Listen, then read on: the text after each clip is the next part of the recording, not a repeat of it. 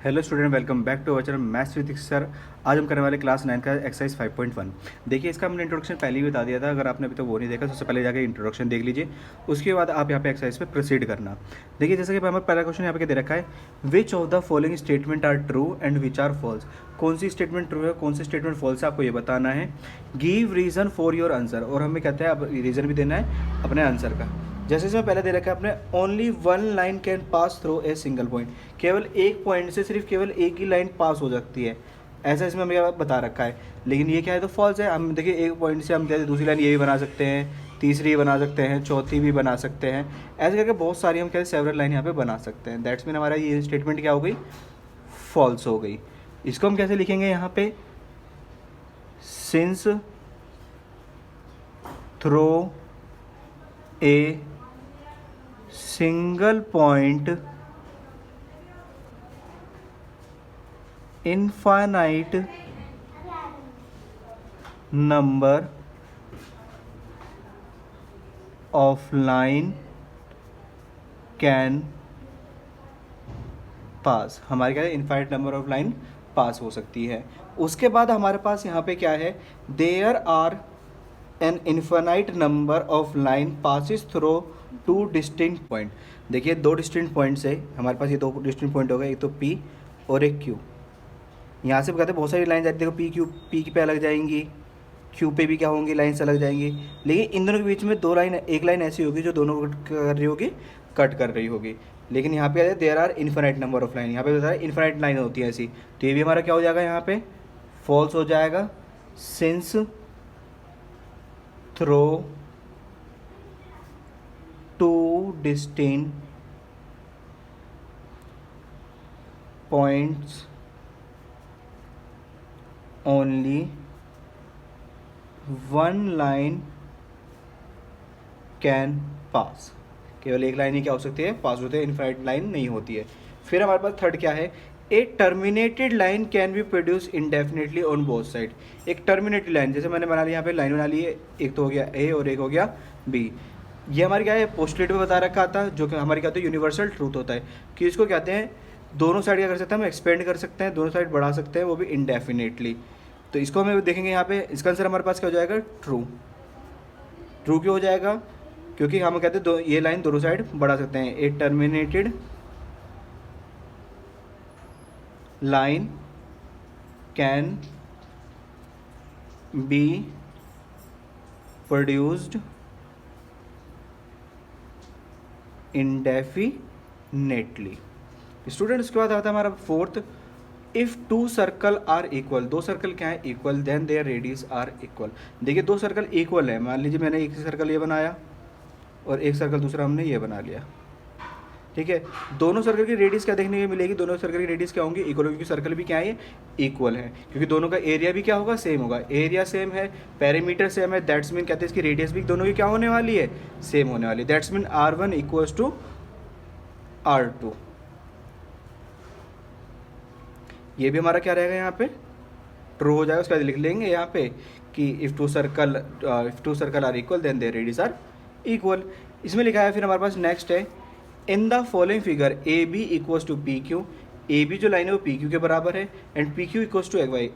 P Q किसके बराबर है, एक्स वाई के बराबर है। Then A B equals to X Y, कि ए बी किसके बराबर होगा, एक्स वाई के बराबर होगा। देखिए, जैसे कि हमें बता रखा है कि ए बी इक्वल्स टू किसके है, पी क्यू के, और क्या बता रखा है, पी क्यू इक्वल्स टू किसके है, एक्स वाई के।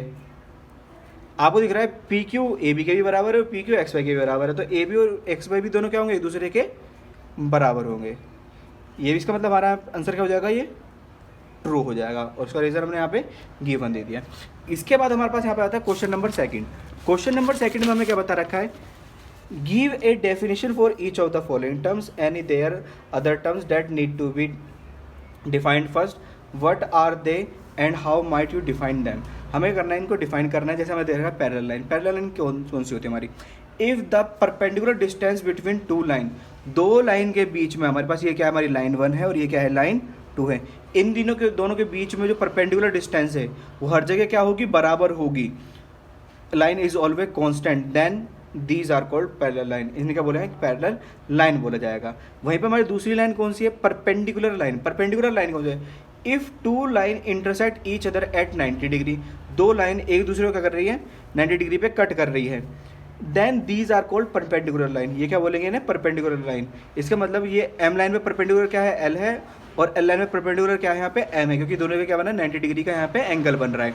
इसके बाद हमारे पास आता है यहाँ पे line segment. What is line segment? देखिए मैंने एक बिंदु यहाँ पे ली, एक बिंदु यहाँ पे ली, और इन दोनों बिंदु को क्या कर दिया, जोड़ दिया, पॉइंट्स को क्या कर दिया, जोड़ दिया। तो ये यहाँ पे जो बन रही है हमारी क्या है, स्ट्रेट लाइन है। A straight line drawn from any point, एक पॉइंट से स्टार्ट करी, and any other point is called as line segment. इसके बाद हमारे पास क्या आता है, radius of a circle.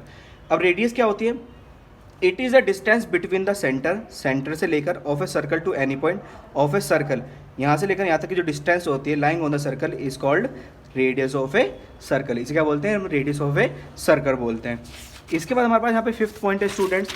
Fifth point यहाँ पे हमें क्या दे रखा है, स्क्वायर। स्क्वायर क्या है हमारे पास, a square is a quadrilateral. ए स्क्वायर क्या हमारा क्वाड्रिलेटर है, क्वाड्रिलेटर में चतुर्भुज है, having all side of equal, जिसकी साइड्स क्या होंगी, सारी इक्वल होंगी। इसका मतलब यहाँ पे जो ए बी है वो किसके बराबर होगा स्टूडेंट, बी सी के। बी सी किसके बराबर होगा, सी डी के, और सी डी बराबर किसके होगा, ए डी के। यहाँ पे ये चारों लाइन क्या होगी, एक दूसरे के बराबर होगी। Length and all angle of same measure, सारे एंगल भी क्या होंगे यहाँ पे, सेम होंगे। That's mean angle A equals to angle B, और angle B equals to angle C, और angle C equals to angle D. वही हमारा क्या कहलाएगा, स्क्वायर कहलाएगा।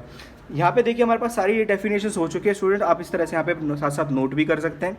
इसके बाद हम यहाँ पे नेक्स्ट क्वेश्चन करेंगे। क्वेश्चन नंबर 3 यहाँ पे क्या दे रखा है हमें, कंसीडर द टू पोस्टलेट। हमें दो पोस्टलेट दे रखे हैं गिवन बिलो। पहला पोस्टलेट क्या है, given any two distinct point A and B, there existed third point C which is between A और बी। देखिए ऐसा तो कहीं भी हमें पोस्टलेट में दिया नहीं, कहता हमने 5 पोस्टलेट पढ़ी है, 5 पोस्टलेट में किसी भी पोस्टलेट में बता नहीं रखा था कि कहते हैं ए और बी 2 पॉइंट है, उसके बीच में कई सेवरल पॉइंट है, थर्ड पॉइंट। ये तो मैं किस में बता रखा था, एक्सियोम में बता रखा था।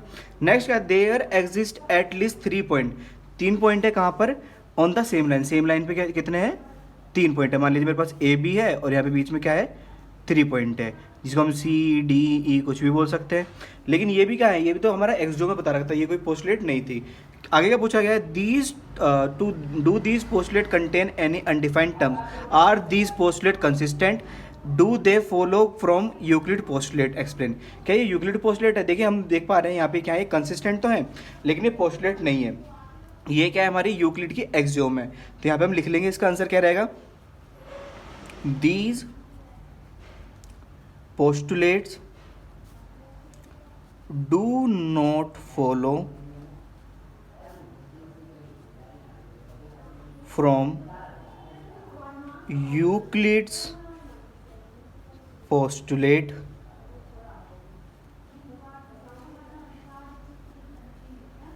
they follow from the axiom। ये क्या, कहाँ से किसको फॉलो करती है, एक्सियोम को फॉलो करती है। और हमारी एक्सियोम कौन सी थी, जैसे कि आपको पता है मैंने एक एक्सियोम आपको करवाई थी यहाँ पे, given two distinct point there is a unique line that passes through them.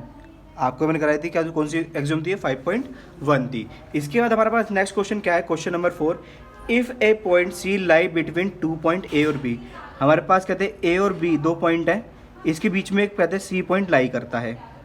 हमने क्या बना लिया, फिगर बना ली यहाँ पे, such that A C equals to B C. हमारा जो ए सी है वो किसके बराबर है स्टूडेंट, बी सी के बराबर है। तो देखिए हम यहाँ पे लिख लेते हैं, गिवन क्या दे रखा है हमें, A C equals to B C, ये हमें क्या है यहाँ पे गिवन है।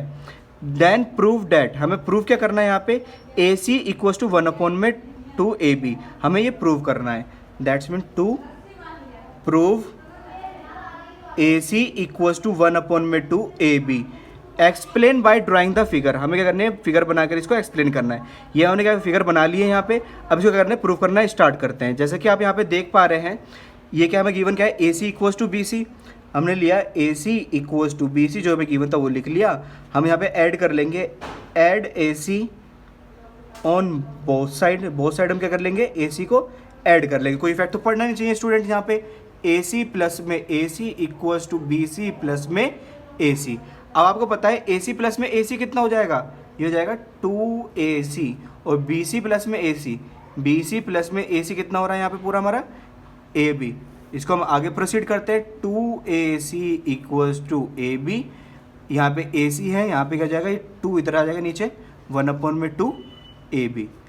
सो स्टूडेंट हमें यही प्रूव करना था। हमारी कंडीशन देखिए सेम वही आगे जो गिवन पॉइंट दे रखा था, बस हमने क्या माना, हमने दोनों साइड क्या कर लिया, AC को प्लस कर लिया था। हैंस प्रूव, ये हमारी कंडीशन क्या हो चुकी है, प्रूव हो चुकी है।